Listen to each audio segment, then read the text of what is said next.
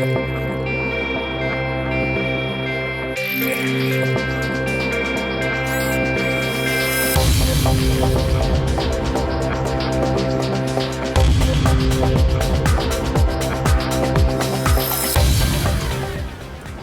of all, I want to thank you all for being here on this wonderful spring morning here. This is great. A little bit of a surprise, but a great turnout, so thank you.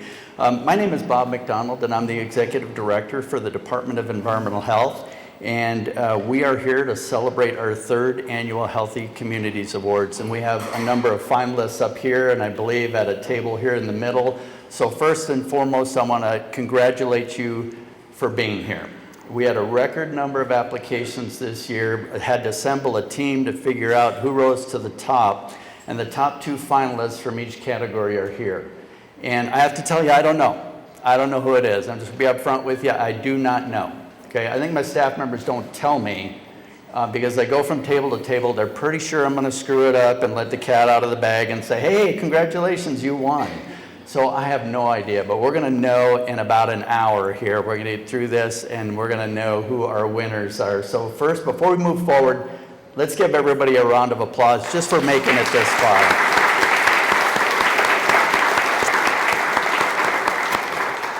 I also want to point out that this event that you're at is actually a certified event for sustainability through our Denver Certifiably Green program, which means that everything that's here is recyclable, compostable, whatever. So Denver Environmental Health walks the talk, if you will. So I want to point that out. Thanks to the team who put this together, to the event together, and who made it such that it is sustainable. Before we get started here, I want to talk a little bit about the Department of Environmental Health. And somebody asked me earlier, how long have you been with the department? You don't need to know that, okay? This department was actually formed in '97 as a charter department. And I have to tell you that whole time, I have been with the Department of Environmental Health. And of course, I work with many other departments as my staff members do. And I have to say that in my opinion, given my 20-some years with the city, I think that the Department of Health which is Denver's local public health department, is one of the most diverse departments there is in the city. We touch on so much that impacts the quality of people's lives on a day-to-day basis. And a lot of people don't know that because like I did before I joined the department, I went about my life, and until there was something that impacted the quality of my life, I never really gave it much thought. But we regulate and provide expertise and training on just about everything in life, if you will, from where people eat to where they bring their kids to childcare to what they swim in. We oversee Denver's land, air, and water quality. We do a lot of health promotion work. We regulate where your teenagers go to get their illegal body art done. Just about everything. We touch upon where people live, the residential health complaint, and lead investigations, and on and on and on. But one of the things that we've come to recognize over the years is that given the mission that we have, that is a huge undertaking to oversee just about everything in life for people, to make sure that our residents and citizens of Denver have a high quality of life, but we can't do that by ourselves. That's why we want to reach out and recognize those of you who are here today, because we need people who rise to the top like you do. We need people who excel in what they do, right? Whether it's community engagement or food safety or partnering with communities, whatever, helping us get our message out there, helping us make Denver as good as it can be. So that's why we're here today, to say thanks to all of you who contribute to the mission of the Department of Environmental Health and making Denver the great place that it is. So thank you so much for that. I know you didn't come here to listen to me, right? Y'all want to know who won. So I'm going to move on here, but I did want to share that with you. You know, a little bit about what we do and why we're here. So again, congratulations to our finalists. I also want to thank those of you who did some of the evaluating of the many, many applications that we received this year. I believe it was a record number for this year. So if you were an evaluator of the applications that were submitted, would you stand? I did not weigh in on this. Okay, so we had subject matter experts both in, and thank you all. So let's give them a hand.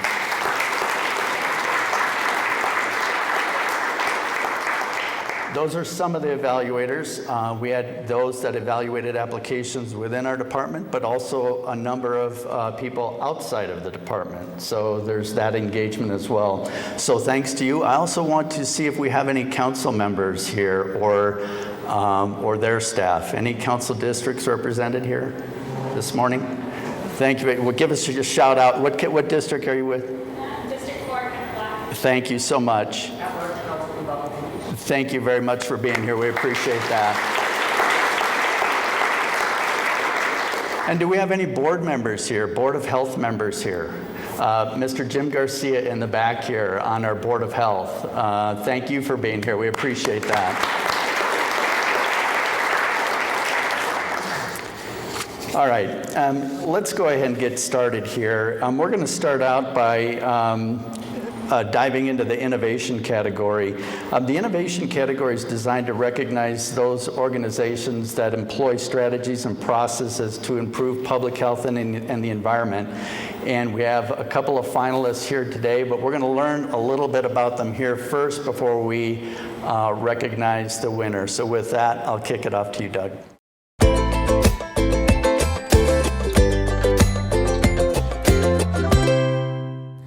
Well, it's a real honor that we've been recognized just with the nomination for doing things that others aren't doing in a way that we think can really help make a difference. Well, the Rocky Mountain Climate Organization is a regional leader in providing high-quality data on how climate change is impacting our communities on the Front Range of Colorado and across the Rocky Mountains. Our exclusive focus is on climate change. We do the kind of analysis so that people can understand what our future could look like. We work to bring down the emissions that are changing the climate, and we work to help people prepare for the changes we could still face. They've brought together public health organizations, infrastructure-related groups, and many others to talk about the changes we're already seeing and how that will impact the health and the economic vitality of our community. We are doing for Denver the most detailed and comprehensive analysis that anybody has ever done anywhere about what climate change can mean locally in terms of daily conditions. We've analyzed 44 million data points from up to 20 climate models for 4 different possible emission futures for all the years across the century to try and figure out what we might face here. When we have that information, we can plan better for how we intervene from a public health perspective to help people in extreme heat events. We can plan better for the infrastructure needs that we have in the future. It will impact everything from airport operations to how fast trains can run along the rails. It has an impact across every aspect of our city. Denver has already identified that the public health threats of extreme heat is one of the biggest threats facing the city. In the analysis that we're doing for the city, we'll let them figure out exactly what that might look like so they can make plans. When are we going to have heat emergency? What's the definition of that? When do we call one? And how do we prepare for it? Having that information allows us to really plan for the future.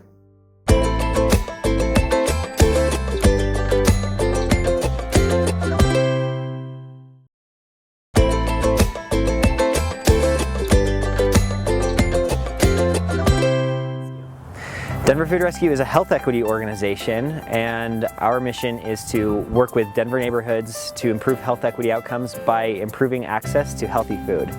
And so the way that we do this primarily is by picking up food that would otherwise be wasted from grocery stores and wholesalers and delivering it by bike to resident-driven food distribution programs called no-cost grocery programs. So those can be anywhere from schools, boys and girls clubs, community centers, rec centers, things like that. And these are in low-income areas, in areas that have no grocery stores and other more limited access to healthy food retail. We're helping to reduce our filling landfills with edible food, and then we're also bringing community together around food. So food is one of those things that everyone needs. It's a very sacred and special thing in any culture you look at. We're providing for families, for elderly, for people in need of just fresh food. So what I see happening is people having a more of a sense of security. If you have food to eat, it can change your life. We have 13 no-cost grocery programs across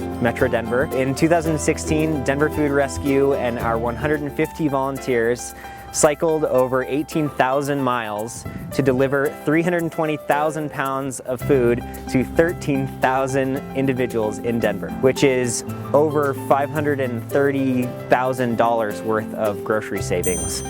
We pride ourselves on having most of our food picked up and delivered by bicycle. We do this because it creates a more sustainable infrastructure, and also a lot of people like to bike, so it actually brings more volunteers to us, and it gives it just more of a presence. People are able to see our trailers when people are riding, and then they ask what we're doing, and it spreads that education around food waste and food waste recovery and food deserts. And what they do genuinely impacts the community, and it's a beautiful thing.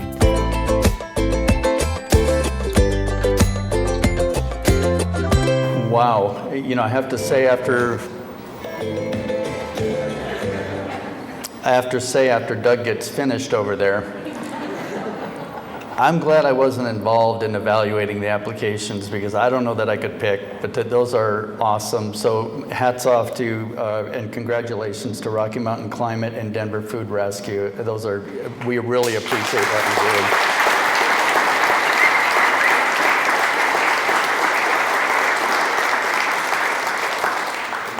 And the winner is Denver Food Rescue.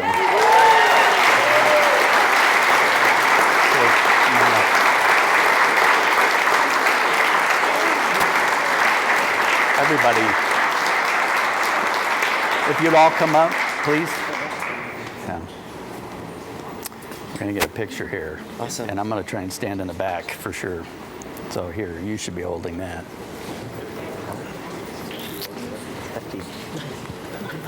We'll surround you. Okay, yep, just keep it a little tighter in there, guys. Perfect.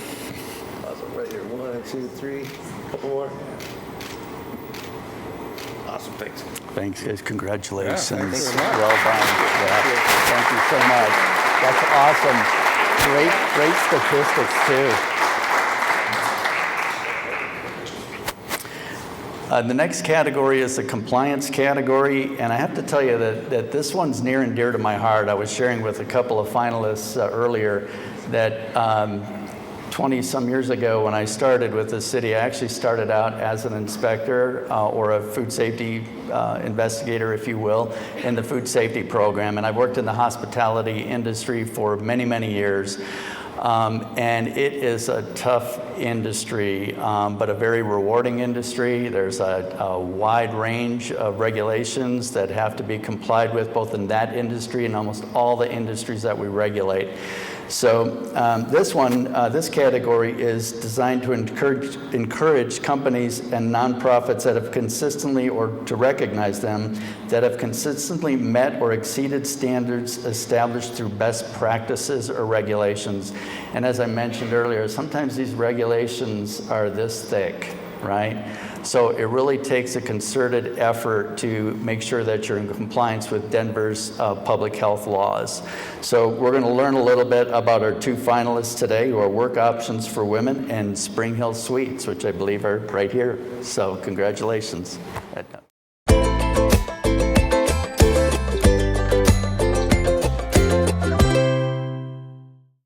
Work Options for Women is more than a job training program.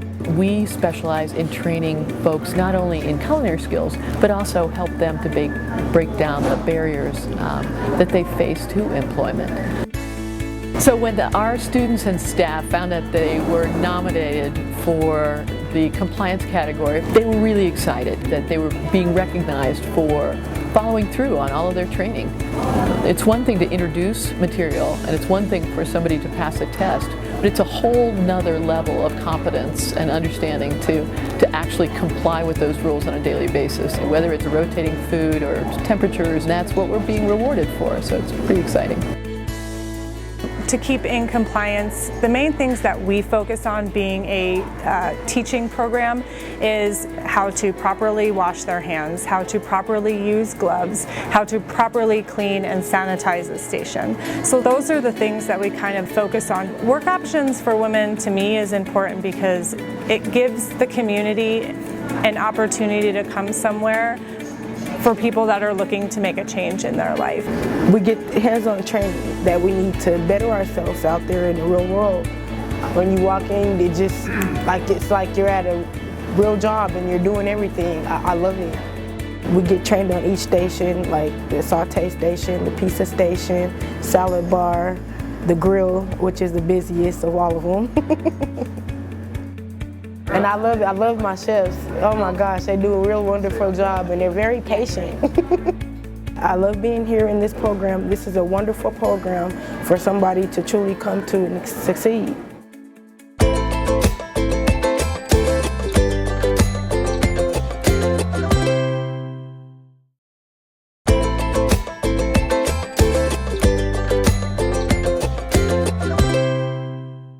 This is the Hospitality Learning Center, so we have students that work in every facet of the hotel. Degree is our little play off of earning your degree with Metropolitan, or degree of a burger being cooked, a steak being cooked. So this is our restaurant that the students get to work through to earn their degree with Metropolitan State in the hospitality, tourism, and cooking. They all come to work for us where they do back of the house experience, either up in banquets, or they work in the front of the house if that's bartending, serving, so they get real practical experience. Being nominated for the compliance category is truly amazing. It's just, not a lot of people get this award, and to be up in that kind of standard is really exciting for us. We're teaching future chefs, future restaurant managers, future food and beverage directors, anything that would have to do with the industry, the proper way of implementing it before they go out into their careers. So instead of just seeing the fun gravy stuff when they come in here, they will do receiving a product with us. So the beginning of the food chain to the end of the food chain. So receiving it in, making sure your temperature logs are filled out, checking temperatures of coolers as you come in that day. It's not just open the restaurant and sell food. You're gonna open your product, smell everything, check the dates on it, check the temperatures, all the way from control points of making sure you've got gloves on for ready-to-eat food, making sure that you have the proper setup if somebody has a gluten allergy, you're not going to cross-contaminate, so you know the proper colors with the corresponding cutting boards, checking the PPMs on your dish machine, checking our sanitation fluids.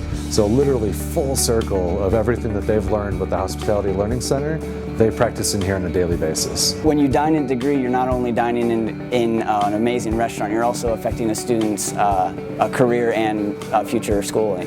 So.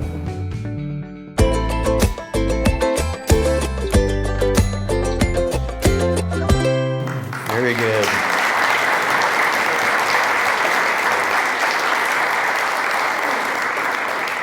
I got to tell you, that brings back memories, and to touch upon a little bit of my comments just before we saw the video. Overall, I think Denver does a very good job in the hospitality industry, but once in a while I hear from the Director of Public Health Inspections or her staff members that sometimes we go into a restaurant and the restaurateur or one of their staff members might try to stall the inspector a little bit so they can correct things in the back of the house. And I remember that was my role 26 years ago when I started for a fast food restaurant. Every time the inspector showed up, I was asked, Bob, go out there and stall them, right? Go stall them, right? And so I would go out there and I'd try to stall, and you'd hear pans rattling in the back of the kitchen and everybody would be putting their hats on.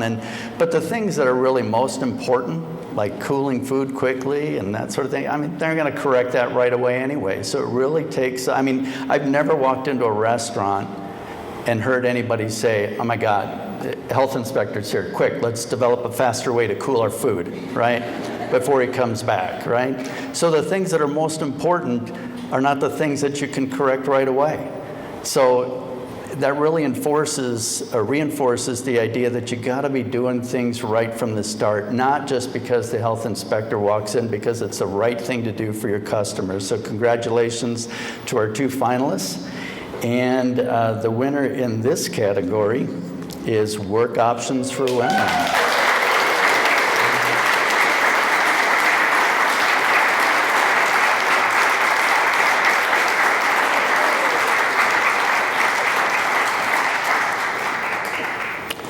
Somebody should be holding this, and they know it's not me.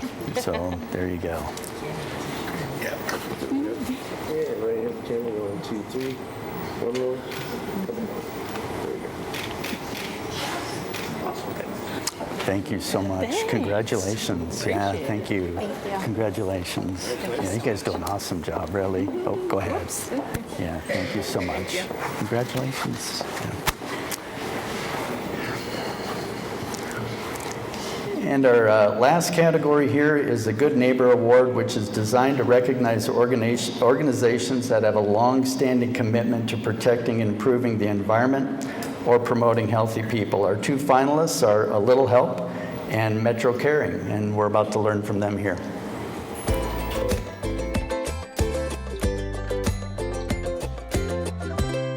It's really exciting for A Little Help to be nominated for the Good Neighbor category.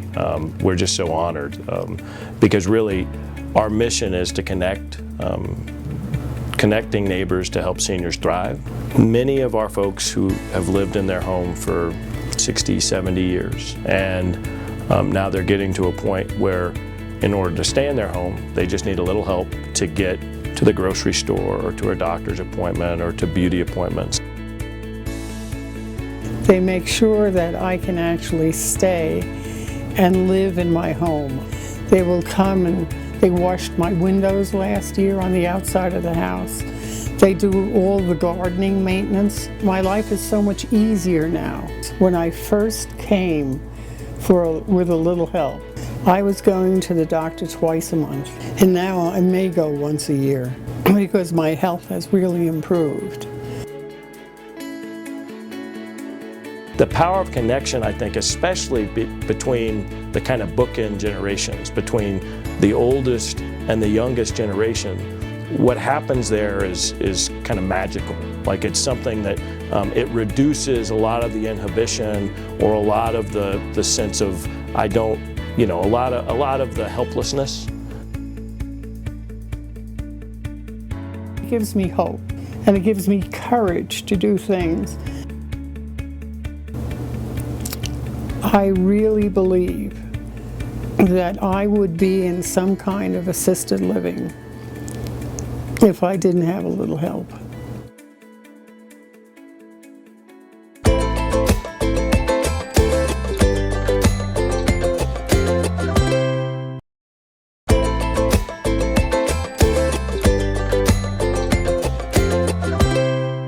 Metro Caring, we are compelled to end hunger at its root. Hunger is just the symptom to a much more complex problem. It's just the tip of the iceberg. The real problem that's lurking beneath the surface is poverty. So that's why we equip people with the skills needed to obtain jobs, and we help land them jobs. That's why we're educating folks on financial literacy and what does it truly mean to be financially independent. That's why we're providing this kind of holistic suite of wraparound programming. Things like government IDs that are required for housing, receiving health care, getting a job. All of that is done here at Metro Caring. Metro Caring is changing the landscape of health and nutrition in Denver because we not only provide access to fresh, healthful food, 35% of what's in our market is fruits and vegetables that are fresh, but we also are trying to provide evidence-based nutrition education. Como empecé como cliente en Metro Caring, me ha ayudado mucho a cómo cocinar diferente en mi casa con los vegetales que nos dan. Después empecé en la clase de nutrición, la clase de cocina, y así es como vine a salir como voluntaria en las clases de cocina que les están ayudando a cómo alimentarse, a reducir las grasas y todo eso para que cuiden de la salud de sus hijos, de su esposo, de sus familias. Es el orgullo más bonito que Metro Caring está cambiando vidas. We are compelled to end hunger at its root. This last year, we rescued nearly 2.6 million pounds of food. I come for food assistance. I wasn't able to get fresh produce at other food banks. I found fresh produce here. I made this a monthly stop for sure. Our model includes a dignified shopping experience where people can come and shop at no cost and receive well over a week's supply of food. So exciting that I get to sit down with people every day and hear that they're going from surviving to thriving.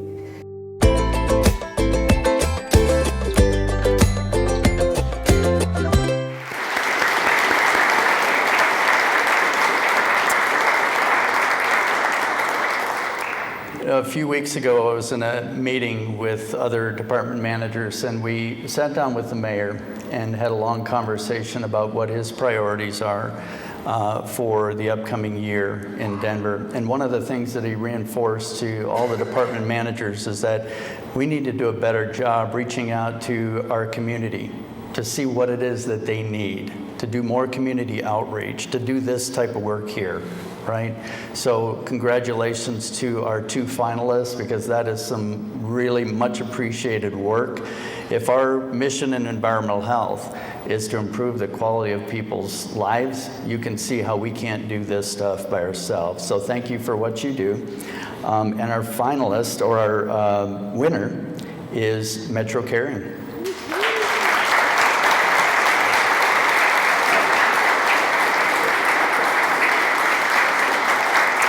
Congratulations. Thank you. Congratulations. Thank you. Somebody needs to hold this, and it's not me. So there you go. Let me suck it in, Evan. Perfect. 1, 2, 3. One more just like that. Great, thanks. Great, thank you so Thank much. you. Congratulations. Yeah.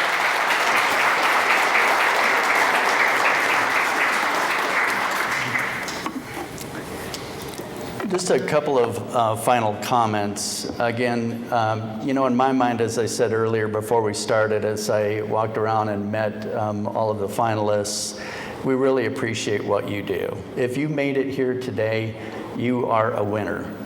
Because we had, as I said earlier, so many applicants, and we had to narrow it down to the final 2. Which is a huge accomplishment.